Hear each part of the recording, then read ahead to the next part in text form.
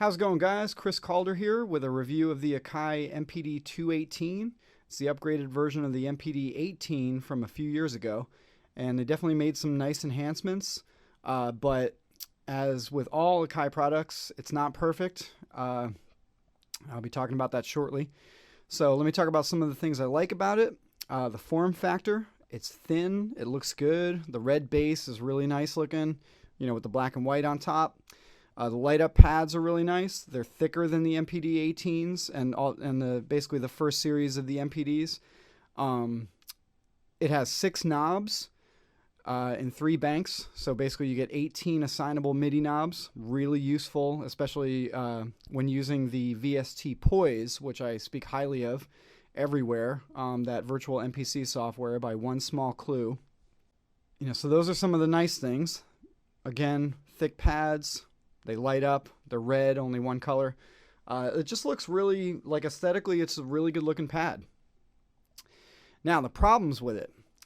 When I first started using it, I was getting double triggered notes. I don't play hard when I tap my beats in. I was getting ghost notes that followed right after a hit. So if I hit, say like that, it would just go da-da, like a really faint note right after that. And that's really annoying. And then another thing I was running into was the aftertouch control, because every pad on this unit has pressure sensitivity and aftertouch as well as note on, like the typical pad stuff. The aftertouch, in my opinion, in general is useless, because what it does is if you're triggering stuff, like for instance, if you got like a drum kit loaded, I'm using Poise for these drum kits. If you have a drum kit loaded and say you're tapping in, your hi-hat steady, or you're playing like a steady beat, such as this. Hold on, I have to set my mic down.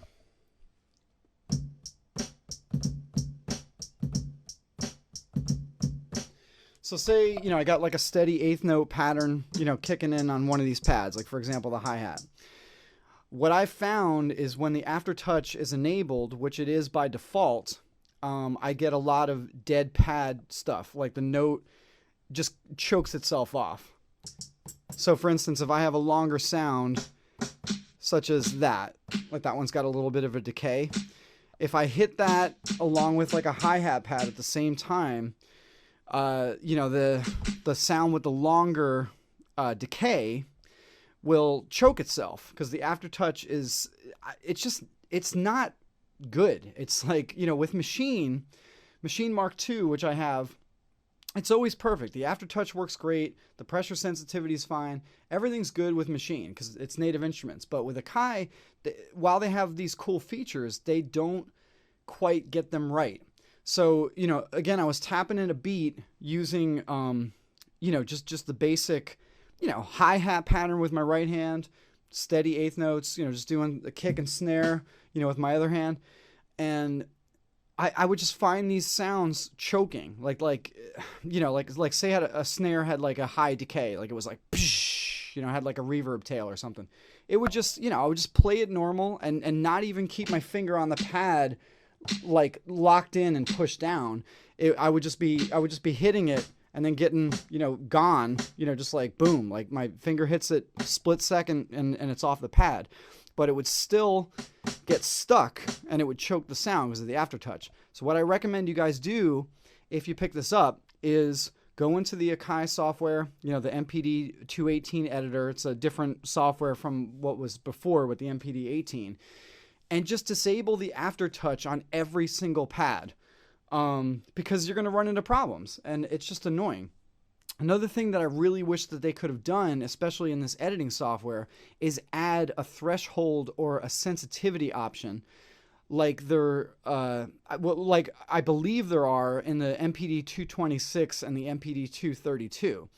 They have a threshold and sensitivity, because I know the MPD26 and the MPD32 do. But this, they could have added that in the software, or just added that in the hardware or the firmware or whatever. Just have some kind of sensitivity option, because while the pads are really good and responsive, they're not perfect. They do respond to a light touch. notice how the sound comes in, but sometimes the light doesn't, or maybe it's really faint. So it's good. It's not as good as Machine or the pad control, but by Korg, but it's there. The sensitivity is vastly improved. So again, right there, I'm hitting it light, but you can't hear the sound. So they don't get the lightest of touches, but they do get most of them, which is good. Again, that's a vast improvement of what it was before. But yeah, so those two problems that I ran into, again, are double triggered notes, ghost notes right after a hit. For example, if it was that sound, it would be like, da-da, it would sound like this.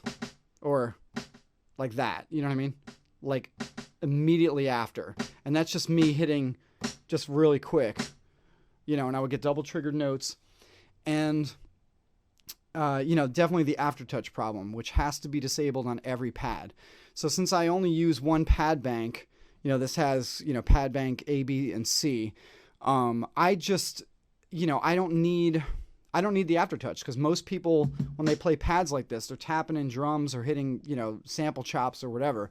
So aftertouch, in my opinion, is just useless on a pad like this in general. So if you disable that in the software, and if you just watch your ghost notes, I think that could have had something to do with the aftertouch, because since I disabled that, I don't really run into any of these problems anymore, which is really good. So in general, I'm pretty happy with the pad. I also wanted to mention, I forgot to mention this before, these knobs, they're damn solid. They're not loose at all. They feel really good, tight, like with just like a tiny bit of resistance. They feel good. They feel like, I got Machine's Mark II over here. They're a little more resistant than the Machine Mark II knobs. And I like it. And I like the way that they're designed, because the way I program poise is I have 5 and 6 as my sample start and sample endpoints. And then I have sample zoom on this knob and sample scroll on that. And then if I want to tweak anything else, I'll MIDI learn, with poise. I might make that the pitch knob for each individual pad. And I might make this the, I don't know, whatever else.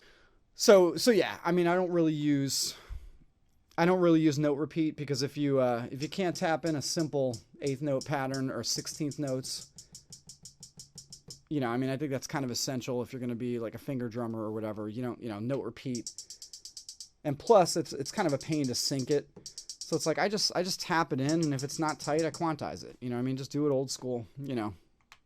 I just never understood the desire for note repeat. I would rather tap in everything in real time. So anyway, in general, I'm pretty happy with the pad. It could be better for sure. Again, it's Akai, but I think they mainly got it right. But again, disable that aftertouch in the editor software, and then save your bank. Disable it on every single pad. And then if they could upgrade the firmware or the software where it gave us a threshold or sensitivity option for the pads, that would be most helpful as well.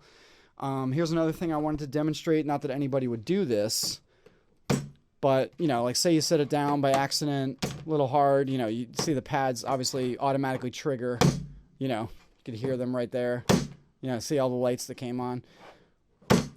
Don't try this at home.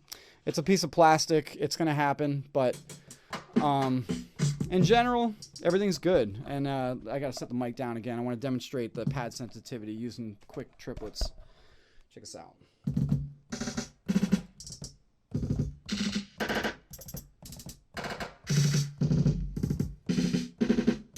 So it's definitely a vast improvement from the first MPD series. So good job, Akai. But again, you gotta really look at all functions and features of the stuff that you design, because again, that aftertouch thing is a huge problem. Ghost notes and just kind of choked sounds. But since I disabled that in the software, it's functioning just much better, more solid. Final thought, one of the reasons I wanted to do this review is because the reviews I've seen of the MPD218 and the 226 and the 232, they're all highly praising the units and not really talking about what's wrong with them. So, you know, while the pad sensitivity has been greatly upgraded, you know, again, there's other problems that present themselves.